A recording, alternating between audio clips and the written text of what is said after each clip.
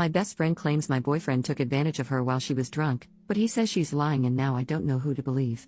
So I, 31F, have been best friends with Lily, 32F, since 2010. We were college roommates and then after we graduated we still lived together, up until I moved in with my boyfriend Nate, 34M, in 2019. One thing about Lily is that she's always had a drinking problem for as long as I've known her, and she's done stuff while drunk that has sometimes caused problems in our friendship. She tries to stay sober, but every few years something will happen to make her start drinking again, which is what happened earlier this summer. So last Saturday Lily called me because she was drunk somewhere and needed a ride home. I couldn't go pick her up because I had the flu and I was on cold medicine, so Nate went to get her instead. A couple of days after that I started noticing that Nate was being weird with his phone. Normally he leaves it out on the coffee table if we're watching TV or whatever, but he started putting it face down so I couldn't see what notifications he was getting. My first thought was that he was trying to plan a surprise, and because of the timing I thought that maybe Lily was helping him. Yesterday I saw Lily and I told her that Nate was being sneaky all of a sudden and asked her if he said anything about maybe proposing soon. She asked me if I looked through his phone and I said no. Lily started crying and told me that she and Nate hooked up in his car the night that he came to pick her up. Her excuse was that she was really drunk and didn't fully know what she was doing. She said she'd been texting him since, telling him that he needed to tell me what happened or else she was going to. I asked Lily to show me the texts, but they were all in Signal, which deletes messages after a day, so all I could see was that she and Nate had a chat thread but nothing that they said. I told her to text Nate in front of me so I could see what he said, and she did, but we got no read receipt and so no response at all, so it didn't prove anything. I asked Lily if she was sure she wasn't so drunk that she maybe imagined it or thought a dream was real, and she absolutely lost her cool on me and said that she knows that she's horrible when she drinks but that she's not freaking delusional and she doesn't make crap up. She said that I could believe her or not and it's my choice, but she was telling me the truth. I said I needed to go home and talk to Nate. So when I got home I confronted Nate with what Lily had said, and he acted shocked and denied that anything like that had happened at all and said he didn't know why she'd think so or say so. He said that he had just given Lily a ride home and the only thing that happened was that they talked about how he and I had been together for a long time and how we should get married already. He admitted they were talking on Signal the next couple of days, but he said that it was about exactly what I thought, that he was asking her about engagement rings and what kind of proposal I would want. Nate replied to Lily's message from before asking her if she made up a story about them hooking up to not ruin the surprise about his proposal, and she texted him back that there was no proposal and to stop playing dumb. So then Nate called her pretending like I wasn't in the room and told her that she needed to stop whatever she was trying to do because we were on the verge of breaking up and he'd rather just have the surprise be ruined, but Lily just kept telling Nate to stop lying until he got angry and hung up on her. I really didn't know what to think and I still don't. Right now Nate is really upset and not really talking to me much. He says that it's bad enough that Lily acted insane and ruined his plan to propose, but it's even worse that I believed her lies even a little and would think that he would ever cheat on me. Lily texted me saying she was sorry, but otherwise I haven't talked to her either. I don't want to think that Nate would cheat on me or that he'd take advantage of Lily if she was that drunk, but I feel like I can't be 100% sure because I've known Lily for 13 years and I also just can't believe that she'd lie to me about something this important. And I know that she does have a drinking problem, so I can believe that she'd sleep with my boyfriend if she was drunk out of her head. She's done some pretty awful things in the past when she's been drunk. I don't want to wrongly accuse Nate of something he didn't do, but I don't want to be an idiot. Edit. I'm not sure what I expected coming here, but I think what I initially wanted was just a sounding board for who sounded more believable.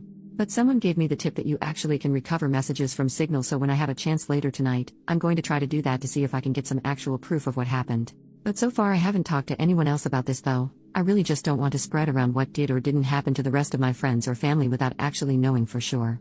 Relevant comments. What else has Lily done to you while drunk? OP, so in the past when she's been drunk, Lily's blacked out and started fights with me or other people. She'll say really out of line insulting things. She's kicked people out of our apartment because she didn't remember inviting them in. She's accused me of stealing clothes from her because I was wearing an outfit that looked like something that she also owned. That kind of thing.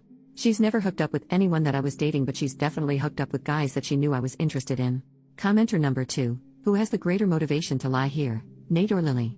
Lily did have a big problem with Nate when we first got together, and she was really upset when I moved out of our apartment to move in with him. I could see her still being angry about it or still not liking him but just not saying anything.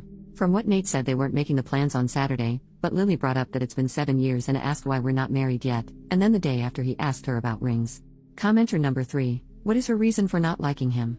So at the time she was in one of her longest stretches of being sober, and she said that I was abandoning her for some guy when she needed my support the most. And then when I moved out, she tried to make it out like she wouldn't be able to stay sober without me living with her, and Nate basically had to step in and point out that she couldn't stay sober anyway, so to stop guilting me. Commenter then said, it's possible she blames you for her current drinking, and Nate saying he wants to propose triggered her anger for some reason. OP, everything you say here makes sense to me. Lily has said stuff like this in the past, not specifically about Nate, but sometimes when she starts drinking again, she acts like it's unfair that I'm not getting dragged down with her or doing more to help her, and I think on some level she might still think it's his fault that I moved out and don't keep as close an eye on her as I did back when we lived together. I don't know if she'd really go as far as to lie about something like this just for that reason. I really hope she wouldn't, but I could completely believe that she feels like this. Update, 2 days later. So on Thursday night, after I got everyone's advice, I told Nate that I had found out a way to recover deleted messages from Signal.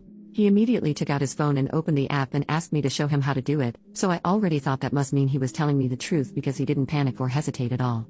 Which was good, because when I tried to download Signal on my old phone, it turned out that it's too old to support the current version of the app, so it wouldn't work. Nate then asked me if we were going to have to go out and buy a new phone for me to believe that he was telling me the truth, and he said that he was willing to do it if that's what it would take. I told Nate it wasn't that I didn't believe him, I just wanted to have some proof because I just couldn't understand why Lily would lie about it. Nate said that she would lie about it because she's a freaking crazy drunk bitch and there's literally no way for a non-crazy person to understand why she would do anything, and once the messages proved that he didn't ever want me talking to her again. Then he said to get up because if we were going to go to the Verizon store we had to get there before it closed. By then I completely believed Nate anyway, so I told him we didn't have to go anywhere or get a new phone and that I believed him, and I knew he didn't cheat on me and that he would never do that. Nate said that he would hope I know that and that he didn't understand why I didn't take his word for it in the first place. I started trying to explain why I didn't want to just immediately dismiss what Lily had said happened, but Nate said that he really couldn't listen to that right now. I said that was fair and agreed that I would cut Lily off, but that first I wanted to try to get her to admit that nothing happened. Nate said fine, but to call her with my phone on speaker because he thought he also deserved to hear her admit that she was lying. So I called Lily and I said the same thing to her that I said to Nate, that I figured out how to recover deleted messages on Signal. She asked me why I would need to do that, so that was when I knew for sure that she was definitely making it up and not just confused somehow. I said it was because I wanted to have proof of what she and Nate talked about. Lily asked me if I saw their messages, so I lied and said yes. After that Lily just went silent until finally I asked her if she was going to say anything. Then she asked me if that meant that we were engaged now. So then I really just lost it on her and screamed at her asking her if she was serious and what the hell was wrong with her, and how could that possibly be all that she had to say. Lily started screaming back telling me to calm down and about how obviously I never believed her anyway because it's not like we broke up over it. I was crying by that point and because of that I couldn't really say anything else, so then Nate told Lily to go screw herself and to never ever contact either one of us ever again and hung up on her. A minute later Lily sent me a completely unhinged text that I'm quoting here verbatim. "Courtney, you are supposed to be my friend for life. You are supposed to be there for me. You are supposed to be my person. But then you meet Nate and now you only care about Nate. Everything is about Nate. Tell me why Nate comes to pick me up when I call you? I called you, not your precious Nate. I only want you to see how messed up this is, but do you? No, of course you don't. Of course you choose Nate over me like you always do and like you always will. You pretend to care about me but I can see you don't care. It is pathetic, Courtney. You are a pathetic woman who would choose a man over a friend. But since you can't say it yourself, I will. Since you have to have your sweet perfect little baby Nate do it for you, I will. Goodbye, Courtney. Is that what you want? Goodbye forever. I hope you freaking got what you freaking want." There were the 3 dots after that showing she was still typing more, but I blocked her before she sent it. I don't care about anything else that she has to say. I'm sure it's all just going to be more bull crap about why this is my fault or justifications about why what she did wasn't that bad and I should forgive her.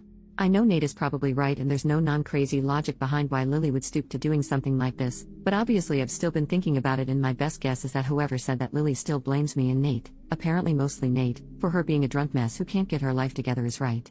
It seems like she somehow thought that if she said she hooked up with Nate, I'd break up with him but still want to be friends with her, and then everything would magically be fixed. As far as stuff with Nate, I asked him if he thought he could ever forgive me for doubting him and he said that since I came to my senses, and I cut Lily off, he guesses we can try to put it behind us. I don't think he's still going to propose anytime soon. After this I probably wouldn't if I was him. And from what Nate said, he didn't actually do any planning yet other than asking Lily about rings and if I think a public proposal was tacky or not. All he was doing so far was trying to get ideas without me knowing he was talking to her about it. So just based on that I think probably it's not going to happen for a while if it still does at all. Also thanks to everyone for the advice and support. I know I didn't respond to many comments but I really did appreciate everyone who cared enough to want to help. New update, 1 year later. I haven't logged into this account for about a year, but I got a few messages asking for an update, so here it is. I'll keep it as short as I can. Unfortunately, I have nothing good to report. It turned out that whatever was going on with Lily that caused her to make false accusations about Nate was the beginning of some kind of a psychotic break. After I blocked her, she made a whole bunch of fake accounts and started sending me completely unhinged crap about how I ruined her life and threatening to get revenge on me and Nate. This went on for literally months, with her sending me dozens of messages a day. I found out from other friends that she was making multiple posts on Facebook every day that were semi-coherent rants about how much she hated me and how I was evil and ruined her life intentionally. I tried to talk to the police 2 different times to get a restraining order because I was afraid that Lily was going to show up at our apartment and attack me or Nate. I literally even got a front door camera because I was so scared that she was going to hurt us. The police said that because Lily wasn't threatening actual violence, she was just a nuisance and they couldn't do anything. They acted like I was an idiot because it isn't illegal to talk crap on Facebook, and they basically told me to just keep blocking her whenever she made a new account and eventually she'd get bored and move on. Then finally there was an incident where someone broke the windshield of Nate's car while he was parked at his work. I guess it could have just been a random act of vandalism because this wasn't the only car that got windows broken, but at the time I was 100% sure it was Lily, so I went to the police again. Eventually an officer went to talk to Lily, and she said she didn't touch Nate's car, and again I have no proof that she did. But after the police talked to her, Lily got put into a psych ward for a week because apparently her apartment was filthy and she was drunk out of her mind 24/7 and a danger to herself. I have not heard anything from Lily after she left the psych ward. I don't know if she was diagnosed with something or if she's medicated now or what. I found out that she moved in with her dad, who thank God lives in a different state. I look at her social media every so often to make sure she's not posting about me again and that she's nowhere around me. I haven't mentioned Nate much in this update, and that's because we're no longer together.